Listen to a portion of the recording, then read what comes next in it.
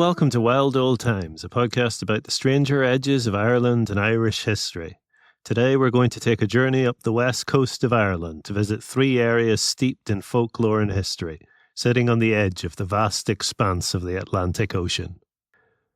We begin our journey at the southwestern corner of Ireland, in Bantry Bay in County Cork. The bay runs for 20 miles inland from the sea, and narrows from 6 miles wide down to 2. Once a river carved a path through here during an ice age, and then as the ice melted and the sea rose, it filled the valley to create the bay. The result is one of the deepest and longest inlets in Ireland. The bay was the site of an attempted French invasion to support a rebellion in 1796, which resulted in the British building gun batteries on Whiddy Island near the head of the bay. Tucked in behind Whiddy Island is the township of Dunamark, a name that comes from the Irish Dún na Mark, the fort of the ships. It is here where legend has it that the first person ever stepped onto Irish soil. In the biblical narrative of Genesis, God commands Noah to build an ark and to take on board it his sons and their wives, along with the animals of the earth. The Bible doesn't mention the fate of those who believed his warning but were not allowed on the boat. This is where Lebor Gabála Érenn inserts itself into the narrative. Lebor Gabála Érenn, the Book of Invasions, is one of the oldest Irish histories, and was written in the 11th century by anonymous monks to collect the oral histories of Ireland. According to the first tale told in the book, Noah had a son named Bith, not mentioned in the Bible, who had a daughter named Cessair. Cessair and several others believed Noah, but were not allowed on the ark. As a result, her father also refused to go. Noah told them that their only chance of survival was to flee to the edge of the world, to a land untouched by sin where the flood might not find them. Bith gathered a group of like-minded people aboard 3 ships and sailed to the west. 2 of the ships were wrecked during the voyage, and only one survived to reach Ireland. There were 53 people on board that boat. Cessair, her father Bith, Ladra, the pilot of the boat, Fintan, a seer, and 49 other women who are all named in the book. In order to establish their settlement, each of the 3 men took multiple partners. Cessair married Fintan, and he took 16 other women as concubines. They arrived 40 days before the flood, but by the time the flood came, all but Fintan were dead. Ladra was the first to die, and the book specifies that he was the first person who was buried in Ireland. And Bith was the second. Cessair led her maidens north into Connacht, but she was heartbroken at her father's death and passed away. The book doesn't say how the other women died. All it says is that Fintan was the only one alive when the flood came, half mad and alone. One poem says that he and Cessair had a son, who also died, one of the many contradictions between the different versions. Despite all their hopes, the flood came to Ireland all the same. As a reward for keeping his faith despite his desolation, God took pity on Fintan and turned him into a salmon. Eventually he managed to regain human form and became an immortal living in Ireland, offering advice to Irish kings down the centuries. Like all the other immortals of Irish history, his story ends the same way. Once Christianity arrived in Ireland, he converted and achieved salvation, then died. This was always added by the monks who recorded these stories, to show that the new order had taken over. The multiple different versions of Cessair's tale are typical for the ragged construction of Lebor Gabála Érenn. In fact, multiple different versions of the book exist, with each group of monks copying it and adding their own local histories to the text. The story of a maiden leading an expedition who arrived in Ireland and died out is not unique either. A lost manuscript called Cinn Droma Sneachta, the Book of the Snowy Mountain, apparently mentioned a similar expedition led by a woman named Banba and her 2 sisters. Now we only know of this story from later manuscripts that repeat what it had said.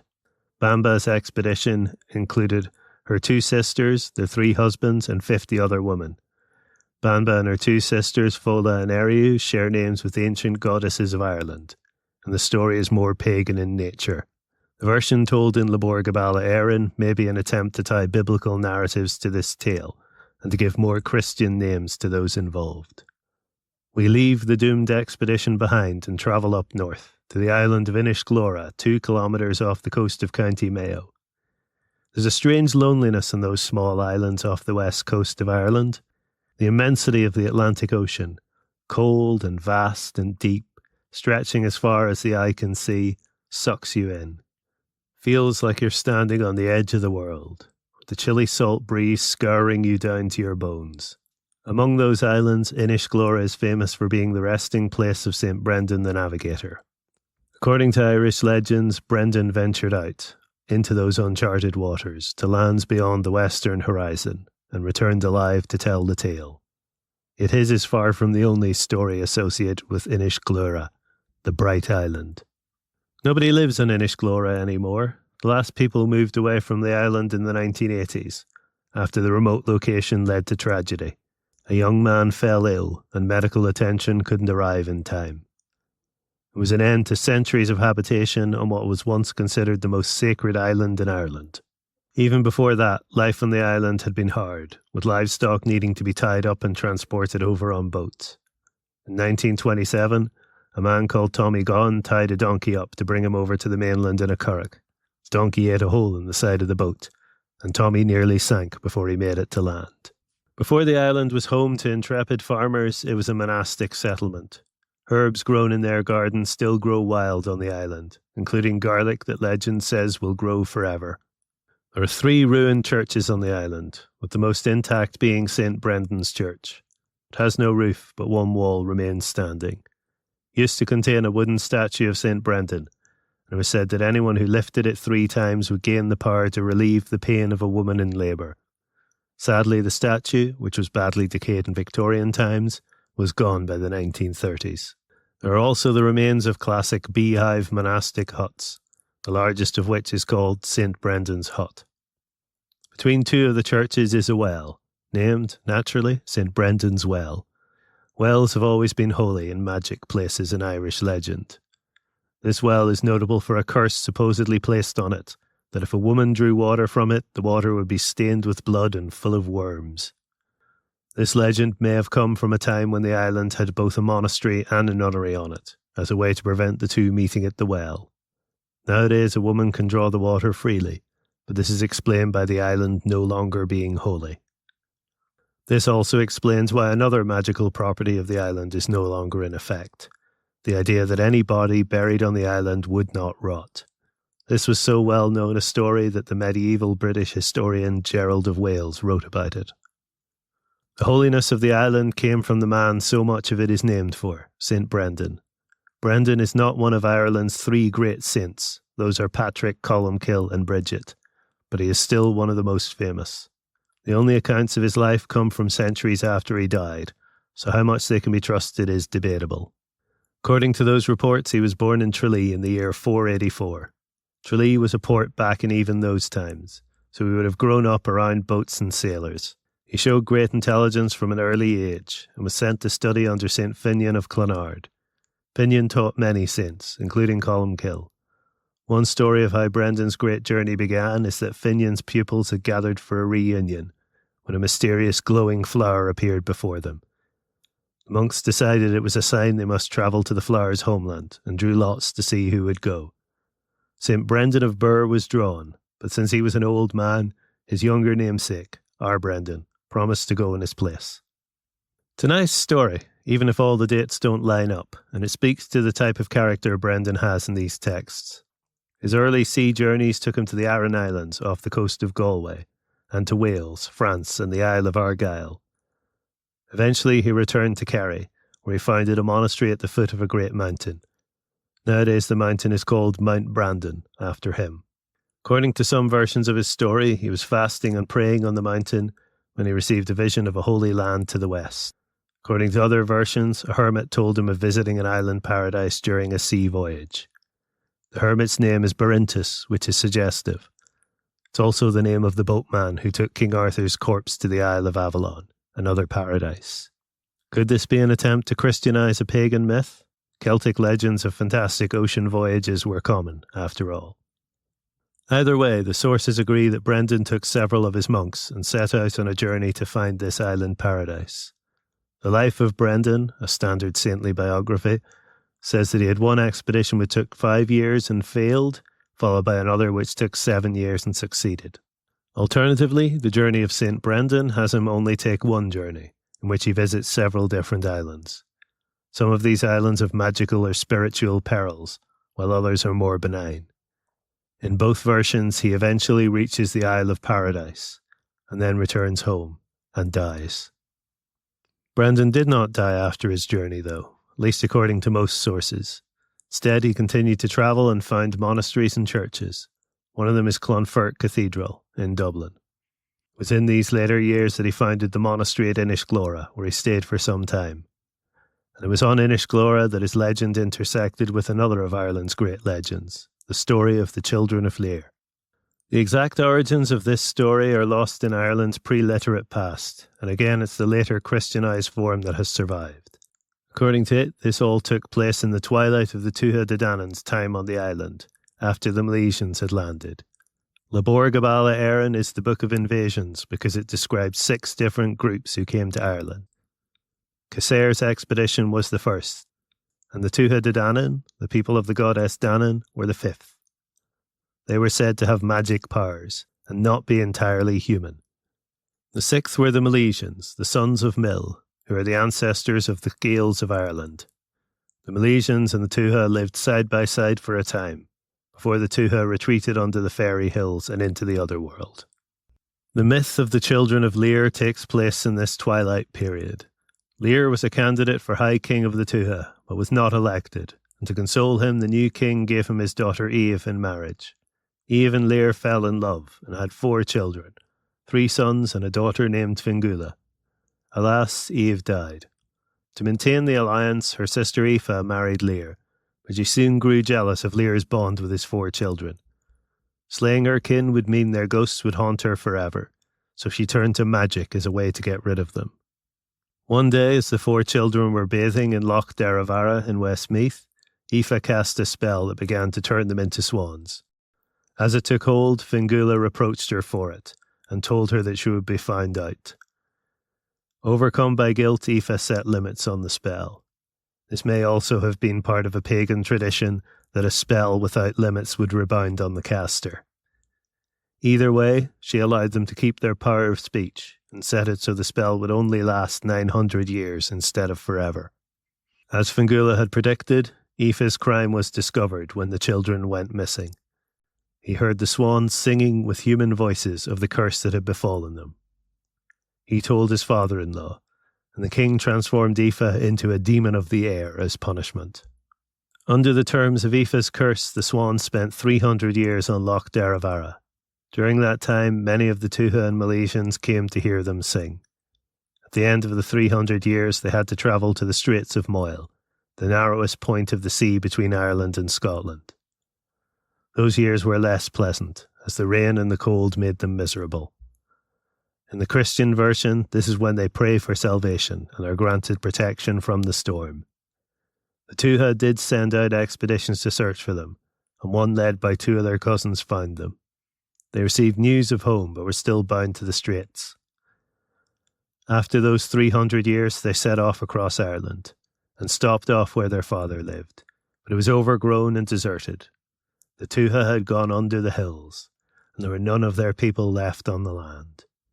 So they continued on to their final destination, Inishglora. In the Christianized version of the myth, it was while the swans were on Inishglora that Christianity came to Ireland. One morning they heard the sound of a church bell calling matins for the morning mass, and they went to investigate. There they met a saint who had come to the island. In some versions of the myth, the saint is Mucavog, one of St. Patrick's disciples, and a miracle worker from Tipperary. In other versions, it is St. Brendan. There is also a variation in what happens next. Either the saint baptizes them and the curse is immediately broken, or else the king and queen of Connacht get involved. In what may be a remnant of the pre-Christian myth, the Queen of Connacht hears about swans with humans' voices and demands to see them. The king travels to Inishglora to take them prisoner, but as soon as he lays hands on them, the feathers fall away and they are transformed back into humans. Sadly, in all versions, when they return to human form, they are extremely old, and they soon pass away. The saint baptizes them before they die, and gives them a Christian burial afterwards. During the 19th century, the site of their grave was marked out with white stones and tended to by the locals. Nowadays, though the island is not inhabited, it is far from deserted, as tourists come to see the ruins and hear the legends. Like Brendan and the children of Lear before them, they can stand and look west, out off the edge of the world. We continue north up the coast to one of the most distinctive of Ireland's mountains. Benbulben's unique flat top and steep sides are visible for miles around, across county and even national borders. It dominates the flat coastal plains to the north and west, and is visible out far to sea.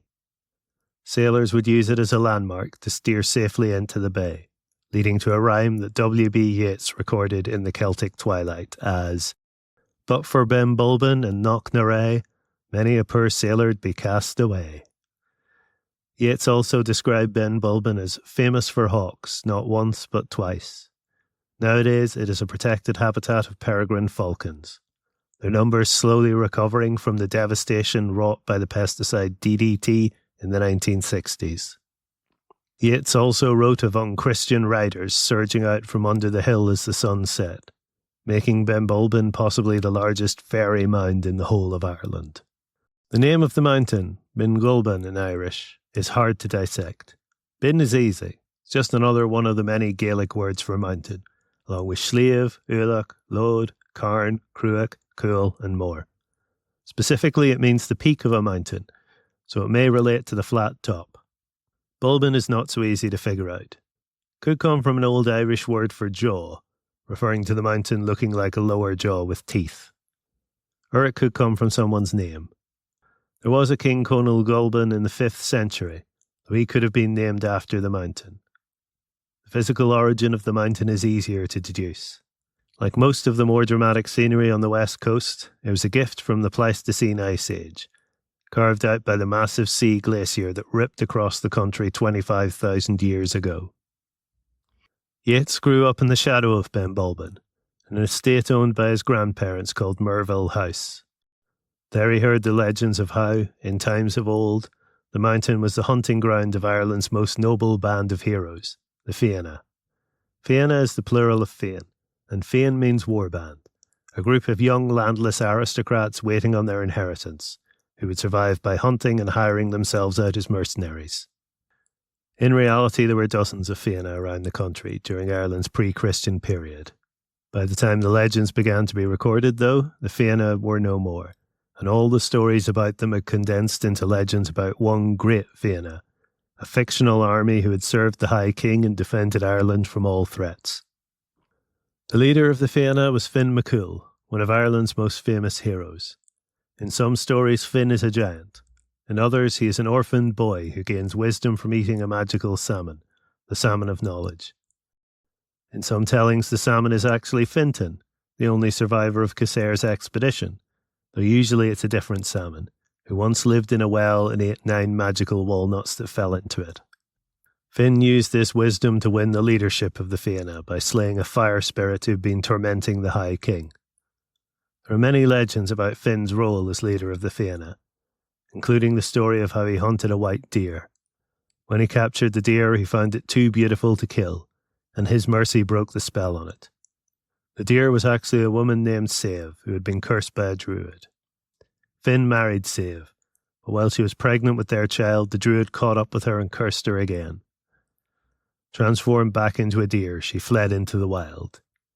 7 years later, as Finn hunted on Benbulben, he found a naked child in the snow.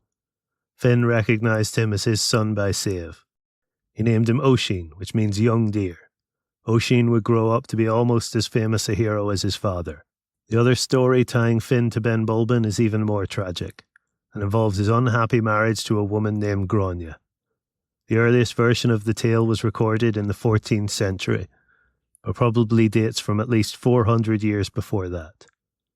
In this version, Grania is the daughter of King Cormac MacArt, who Finn tries to court. She dislikes him, and as a way to get rid of him, sets the task to fetch 2 of every animal in Ireland. Unfortunately for her, Finn's nephew Colcha MacRonan had the power to speak with animals, as well as to run at great speed, and he was able to perform the feat for his uncle. Grania was trapped into marrying Finn. Sometime afterwards, his father saw her at a feast and asked why she looked so sad. She told him that marriage to Finn was making her ill, Finn overheard and realised there was no point in forcing her to stay in her unhappy marriage. After some legal wrangling with Cormac, they agreed for the couple to divorce. This tale of Finn's unhappy marriage was taken and altered by an unknown author in the 16th century. They wrote a story called Toret Diarmaid agus Gráinne, The Pursuit of Diarmaid and Gráinne. Diarmaid Húdibhne was the son of a Fianna warrior, who fostered him out to a Tuatha De Danann named Aengus Og. Aengus was the son of the Dagda, the great god, and a river goddess named Boan, and is the god of youth, love and poetry. Might be because of his patronage that Diarmaid gained a magical love spot, a blemish on his forehead that would cause any woman to fall in love with him. There are several contradictory legends of how this affected his life and loves. The love spot does not appear in Diarmaid and Gráinne, which starts, as did the earlier tale, with Finn's marriage to Gráinne. She is unhappy with this as he is much older than her, and wants to get one of the Fianna to run away with her. She settles on Diarmaid, and uses a magical ghaist to compel him to betray his lord. She drugs the wine at her wedding feast, and then escapes with him. In the morning, Finn awakens, and the pursuit begins. The length of the pursuit varies from version to version, and many tales are woven into it. The pair hide in different forests, and many Irish districts have an ancient flat stone monument called Diarmaid and Gráinne's Bed. Finn comes close to catching them several times. He even asks his stepmother, a sorceress, to kill Diarmaid. She injures him severely, but Diarmaid is able to defeat her. Diarmaid's fey stepfather also helps them to escape from one trap, or rather helps Gráinne escape while Diarmaid uses his own skills to get out. It's also Aengus Og who eventually brings the chase to an end by getting Finn to forgive the pair. Diarmaid and Gráinne are wed, but they decide to live far away from Finn on a hill in southeast Sligo called Céis Corain. In the north of the county is a great cave called Diarmaid and Gráinne's Cave, which is one of the many spots they are said to have sheltered. For many years they lived in peace, but eventually Gráinne persuaded Diarmaid to invite their friends and relatives to come visit them for a feast. Finn and the Fianna came to visit, as did Gráinne's father Cormac. All seemed to be forgiven, and Finn invited Diarmaid to go hunting for wild boar on Ben Bulben. Unbeknownst to Diarmaid, hunting for boar was a powerfully unlucky thing for him to do. His father Dun had once murdered a Tuatha youth named Congus. Aengus Og had resurrected the boy as a boar, and the boy's father had laid a curse down that Dun's son would one day be killed by that boar. On the slopes of Ben Bulben, that doom came home to Diarmaid. Giant boar attacked the hunt, killing several men and fatally wounding Diarmaid before it was slain. There was still a chance for Diarmaid, as Finn had the power to heal him through magic by carrying water in his hands from a nearby stream. Twice he let the water spill from his hands as he carried it. His son Oisin denounced him for treachery towards his host, and ashamed Finn carried the water to Diarmaid, but it was too late, as the hero had died of his injury. The ending varies from version to version. Either Gráinne swears vengeance on Finn, or she agrees to let the feud end so her sons can live in peace, or she simply dies of grief. One version has it that Diarmaid's body was taken away by his stepfather Aengus Og, who would sometimes briefly restore it to life in order to speak with it. In Lady Gregory's play Gráinne, Finn and Gráinne get married, as the bitter years of conflict and pursuit have left them unable to feel love or hate for anyone else. As with a lot of old Irish legends, you can pick whichever ending you wish. Lady Gregory was a compatriot of W.B. Yeats, and between them they were the leading lights of the Irish literary revival. This was an attempt to establish an Irish literary tradition based on Celtic folklore and distinct from the English one. It shared many of the same aims as the Gaelic revival, and the two movements alternated cooperating and feuding during the late 19th and early 20th century. Both agreed that Ireland's unique cultural identity need to be recognised and reinvigorated, but many in the Gaelic League could not condone doing so through the English language. One of the early formative works of the Irish literary revival was The Celtic Twilight by Yeats, a collection of Irish folklore and legends gathered by travelling round the country and mixed in with his own poems. One of the places he collected legends from was the area around Ben Bulben, of course. He describes the area as, quote, choke full of ghosts. by bog, road, rath, hillside, sea border, they gather in all shapes. Headless women, men in armour, shadow hares, fire-tongued hounds, whistling seals, and so on. Yeats also described the reluctance of locals to discuss these stories with outsiders, and commented that, "A few miles northward, I am wholly a stranger and can find nothing." Yeats lived to see Ireland become independent, and his work became the foundation of independent Irish literature. He even served as a senator in the new government. When he died in 1939, he was buried in a churchyard near Benbulben. 6 years earlier, he had written a poem called Under Benbulben about the inevitability of death, and in the final verse he described his own grave. Under bare Benbulben's head, in Drumcliff churchyard Yeats is laid. As he had described, so it was done. He gave his epitaph as the final lines of the poem, and so the words on his gravestone are the best known in all of Ireland. Cast a cold eye on life, on death, horsemen pass by. A fitting spot to end our tour up the coast, I think. This has been Wild Old Times, a podcast about the stranger corners of Ireland and Irish history. The opening theme is The Cat That Ate the Candle. The closing theme is The Parting Glass. Both were recorded by Gregory Mahan and are used under a Creative Commons license. You can find more of Greg's music at tinwhistler.com. Our logo is by Liffy Designs. Wild Old Times is recorded at Farset Labs in Belfast. If you enjoyed the podcast, give it a review wherever you find it. It really does help the show. If you really enjoyed it, tell your friends. Either way, I hope to see you again for another wild old time from Irish history.